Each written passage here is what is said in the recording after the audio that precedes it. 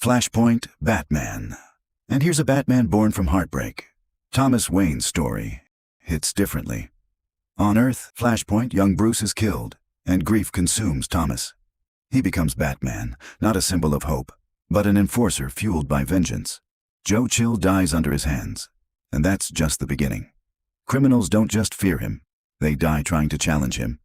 He funds his crusade through Wayne casinos, a grim reminder that even his business serves a darker purpose. He briefly mentors Catwoman, but her death reignites the rage he can't contain. Yet in the chaos, there's a flicker of something bigger. He teams up with Barry Allen to restore the fractured timeline, confronting Reverse Flash with every ounce of fury and strategy he's got. Thomas sacrifices himself to fix the timeline, only to be pulled back into multiversal battles, never free of grief, never free of the mantle. The essence of Flashpoint Batman? Pure, unrelenting grief drives a man beyond morality. It's a Batman who reminds us that vengeance can consume even the noblest intentions. Red Death. And here's where it gets even darker. Imagine Batman, but stripped of every shred of hope, every moral line he ever swore to never cross. That's Red Death. On Earth -52, Bruce Wayne's world collapses. He loses all his Robins, not once, not twice, but every single one. The grief breaks him. It doesn't just hurt, it consumes him. Desperation twists him into something unrecognizable. He doesn't just fight crime anymore, he hunts time and speed itself. He reaches into the Speed Force, seizing Barry Allen's powers. Suddenly he's lightning fast, his body a blur, and his mind a ticking nightmare of vengeance. Central City feels it first. Rogue gallery after rogue gallery falls, casualties pile up, and even Barry's closest loved ones become targets. And just when it seems unstoppable, Barry Allen fights back, using pure Speed Force energy to claw his world from Red Death's grip. But there's a cruel twist. The Batman who laughs manipulates him, leaving scars that can't fully heal. The result? Bruce Wayne's worst fears realized, a hero turned into a weapon of chaos, and a chilling reminder of what happens when grief meets power. Batmobeast and Bat-Creature variants. And now, this is where things get straight up insane. Not just evil, inhuman.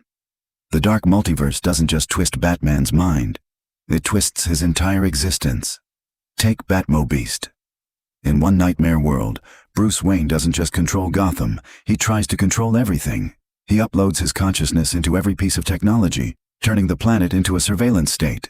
But when people rebel and destroy it all, the only thing left is a monstrous machine, a living, thinking Batmobile, calling itself Batmobeast. Then it gets even worse. Creatures like Baphomet, a massive Cthulhu-like sea beast, emerge after Batman's actions unleash something ancient and unstoppable. It even adopts Batman's identity, spreading terror on a scale no human ever could.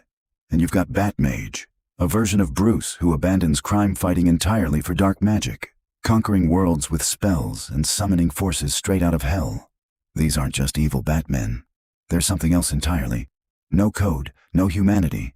Just power, control, and transformation into monsters even villains would fear.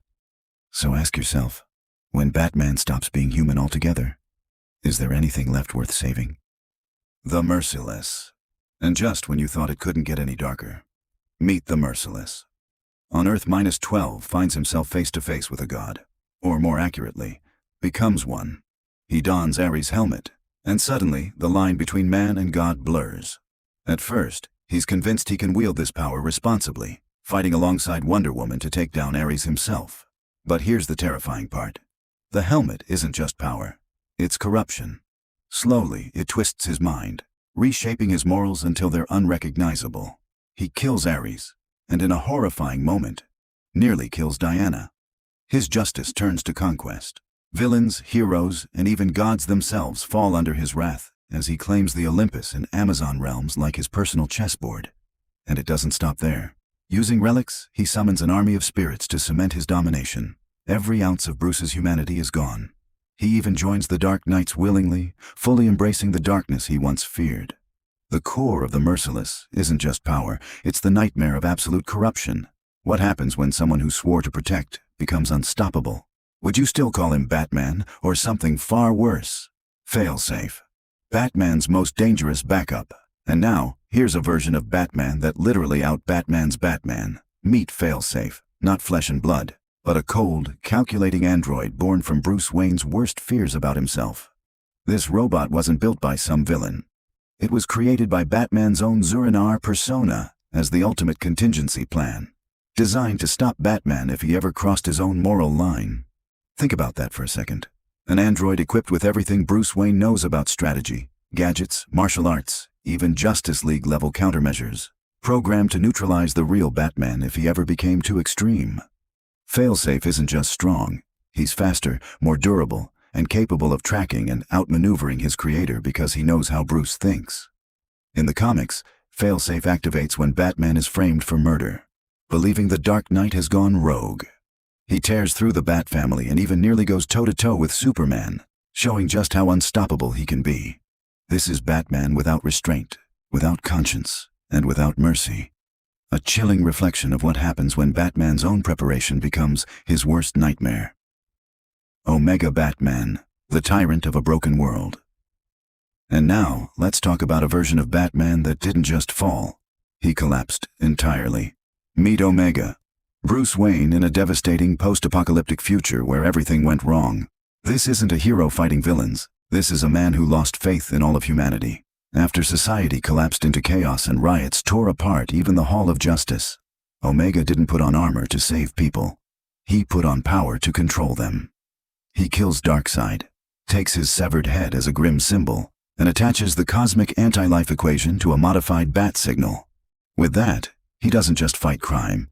He breaks the will of every person on his Earth, forcing total obedience.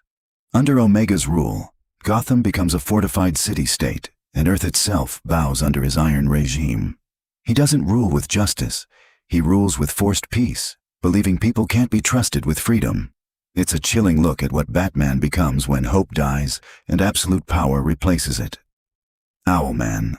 Earth 3's evil Batman. And here's a version that flips Batman on his head. Meet Owlman. Not just a dark mirror, but Batman twisted into something ruthless and calculating. On Earth 3, where heroes are villains and villains are heroes, Owlman isn't fighting crime. He's running crime. Instead of standing for justice, he rules Gotham's underbelly with an iron fist. Born into a world where morality is reversed, this Owlman is often shown as Thomas Wayne Jr., the older brother of Bruce Wayne in that universe. Instead of tragedy turning him toward heroism, his pain and ambition push him into darkness and domination.